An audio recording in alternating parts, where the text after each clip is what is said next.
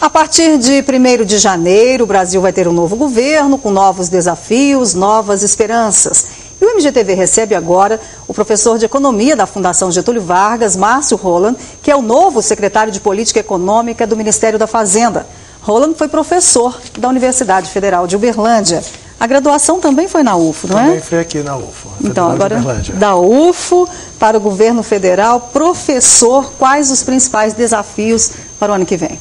Eu creio que o grande desafio da sociedade brasileira é continuar crescendo. A taxa de crescimento da economia brasileira dos últimos 4, 5 anos foi bem satisfatória. Esse ano o Brasil deve fechar um crescimento próximo a 8% ao ano, quando o mundo está experimentando taxas muito frágeis de crescimento. E esse é um grande desafio, sustentar ainda alguma taxa de crescimento entre 4%, 5%, 6% nos próximos anos. Com esse cenário externo, com esse que cenário não é mais animador. Externo extremamente adverso, há de se reconhecer, e mantendo, obviamente, que acho que foi um grande patrimônio, um grande ganho da sociedade, que foi a estabilização de preços da economia. Manter os preços estáveis, deu poder de compra, deu mercado consumidor, deu dinamismo ao Brasil. Eu acho que esse é um grande desafio. Essa combinação não vai ser muito fácil, mas deve ser lograda. Agora o senhor fala, professor, dessa possível, manter essa economia do jeito que está. Quanto ao câmbio, é uma ameaça real. Ele pode acelerar o risco da desindustrialização, nesse caso? Na verdade, eu acho que a indústria brasileira ela tem encontrado um mecanismo extraordinário de sobrevivência a adversidades gerais, não somente ao câmbio. A taxa de câmbio no Brasil, de fato, tem um processo de apreciação muito forte, mas você deve considerar também o fato de que a indústria tem encontrado dificuldades no que se refere a exportações nos mercados centrais, como Estados Unidos e Europa, que estão e vão continuar por mais um bom período de tempo fragilizados. Tem um problema de infraestrutura, que deve-se haver muito investimento em infraestrutura no Brasil. Você está vendo a questão de aeroportos. Porque cresce e não tem como, Mas você tem que aumentar muito o investimento em infraestrutura. Há necessidade de investimento em qualificação da mão de obra. Traduzindo, existem muitas outras armas que o Brasil deve precisar investir, incrementar. Eu acho que isso é um grande desafio. Esse investimento na indústria também é para se pensar assim, que tipo de país nós queremos, Quando se fala em exportação, por exemplo, que tem o forte, que são as commodities, mas que tipo de indústria que haverá investimento?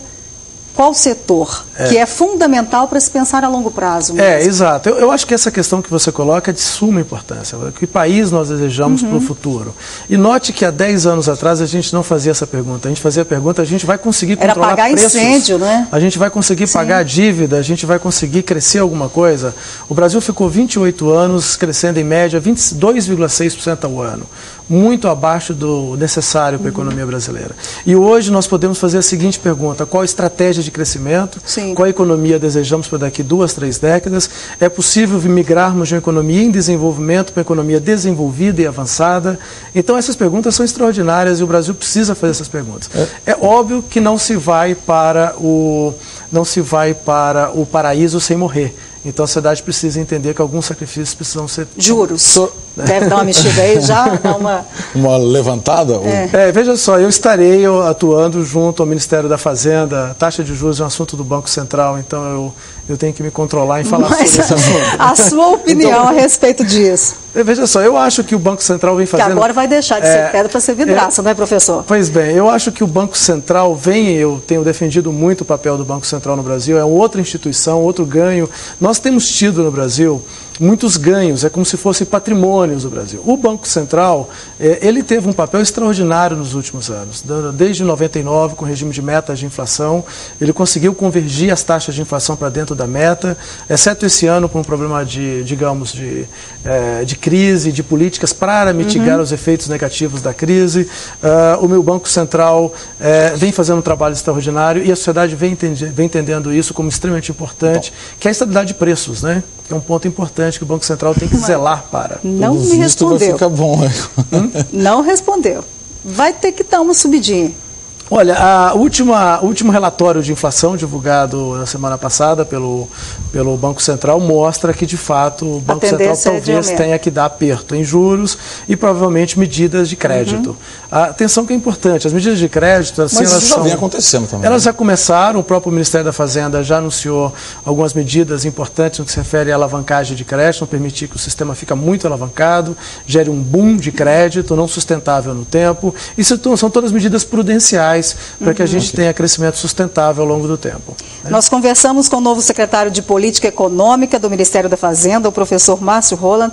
Professor, muito obrigada pela presença no MGTV. Feliz 2011 e sucesso muito obrigado. À frente da Secretaria. Obrigado.